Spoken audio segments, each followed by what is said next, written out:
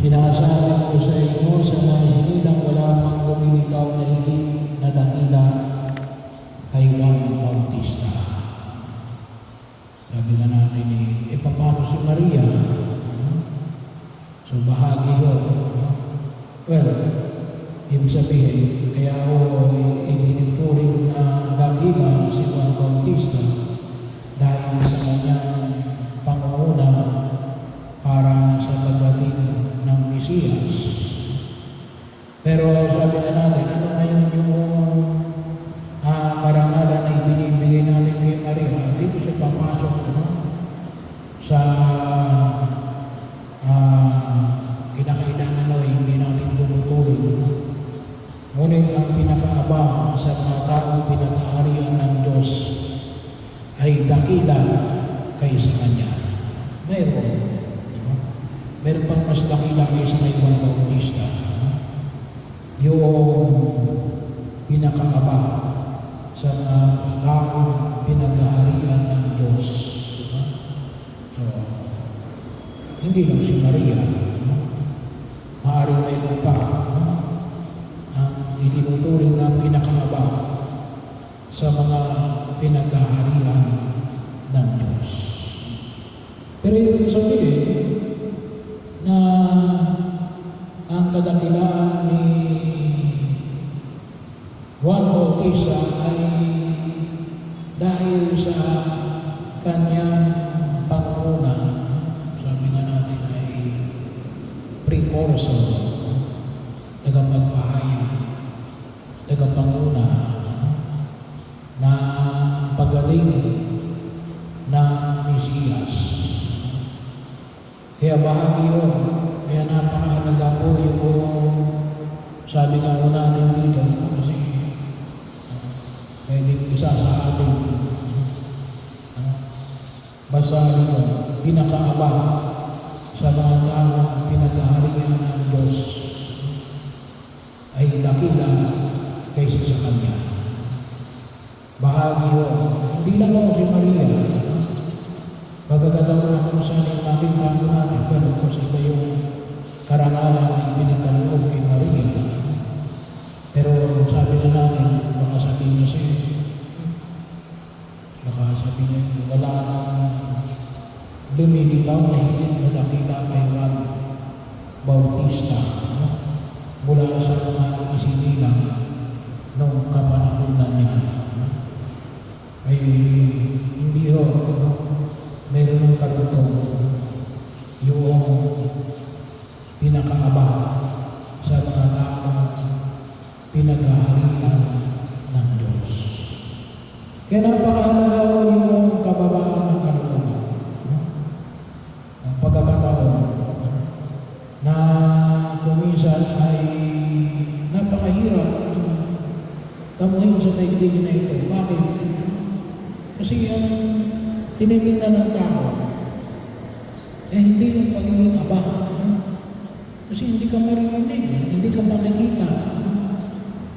Kasi walang-wala ka Sabi ka, pag sinabi natin yung aba, yun yung pinakikinggan sa mundong ginagalawan natin. Yung may pera, yung may kapangyarihan, yung mga itinutuloy ng mga kanya, yung mga aba, may nakita na ba kayong aba na sinusundan ng maraming tao?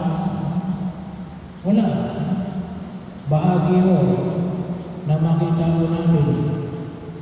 Pagkakataon, kuminsan na rin ho, ay sana ho yun din na maging pamantayan ng ating pananampalataya.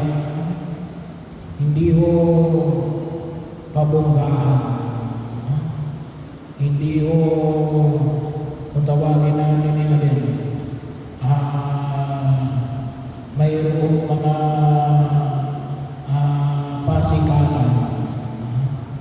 Yung may mga kung tawagin natin may mga kung tawagin natin ay may hakot. Hindi. Kaya po kuminsan, kapag ikaw may hakot,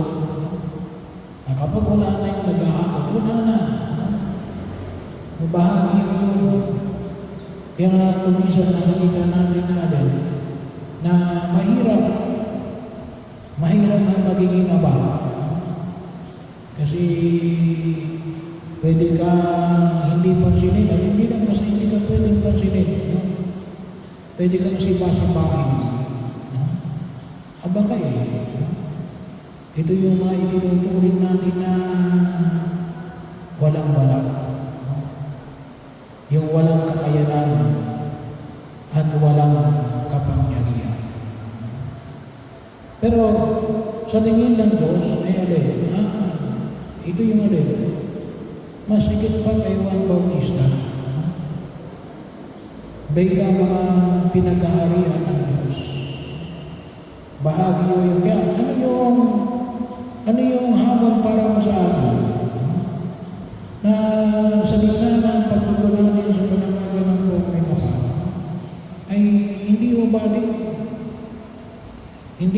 na hindi ka makilala. Hindi ubali na hindi ka palakpakan. Hindi ubali na hindi ka pinupurihan. Basta ikaw ay naglilingkod sa Diyos na buong puso, bahagi mo yun, out of love. Kasi yung iba ay pwedeng tumugo, ay maaari hindi naman out of violence, kasi binanggit dito yung karahasan. Sinabi ko ito natin, ang karya ng Diyos nagraranas ng karahasan at inaagaw ng mararahas. Bahagi yung karahasan, marami yung aspeto yan.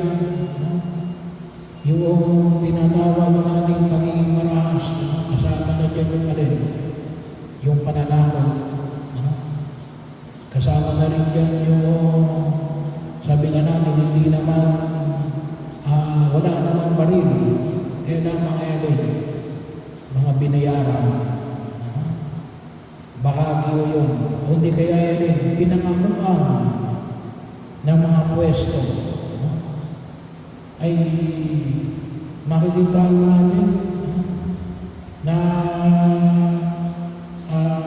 yan ang sinusunod.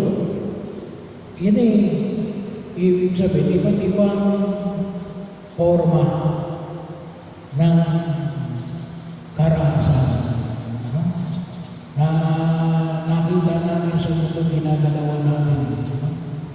Kaya nga yung tinatawag natin korupsyon, marahas yun kung tutusin. Sabi nga natin, ang tawag na lang natin ay subtle, hindi halata. Pero malaking epekto. Bakit? Yung epekto yun ay marahas. Anong epekto? Ay baha. Yun ay, ang input yun ay buhay at kamatayan. Bahagi mo yun na makita mo natin. Kaya nga, sana po ay kinakailangan natin mapaglabanan. Hindi mo madali. Yung panya yan ay pinapahayag. Yung tinatawag natin kababaan ng kalooban. Kasi hindi ito yung pamantayan ng tao. Ano yung nakikita natin kapag sinabi natin kababaan ng kalooban? Ito yung ginagamit pamantayan ng Diyos. Na hindi ako pababayaan ng Diyos. Hindi ako pababayaan ng Diyos. Hindi ako gagamit ng dahas, ng pera, ng kapangyarihan, ng influensya. Bakit? Kasi ang Diyos ang aking pinangahawakan. Bahagi mo yun. Kaya kinakailangan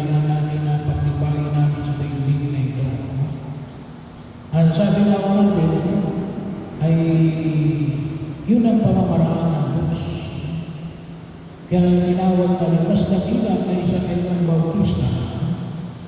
Kasi ito yung pagkilala natin. Ito yung pagkilala na Diyos na nagbibigay ng buhay at ang buhay na walang hanggan. Sabi ka ng isang obispo, ito yung pagiging baliw. Kasi hindi yung basihan ng tao at ng lipunan ang nagiging pamantayan. Ano yung nagiging pamantayan?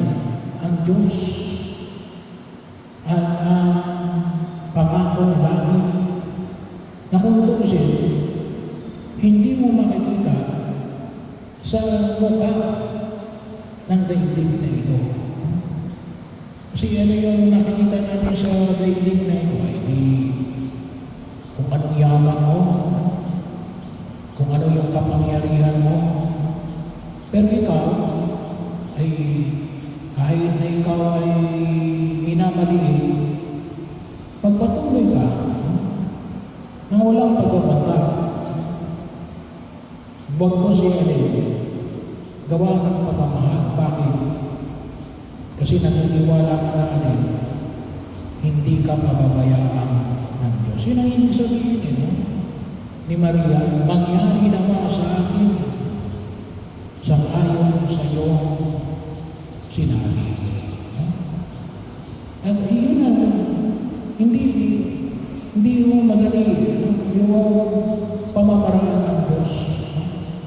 Mas madali yung pamamaraan ng tao. Kaya kung isa sinasabi, nagagawa ko yan kapag may pondo. Magagawa ko yan kapag may koneksyon. Magagawa ko yan kapag may kapangyarihan. Hindi. Ang pamantayan ng mga tinatawag nating mayroong kababaan loob ng mga pinag-aarian ng Diyos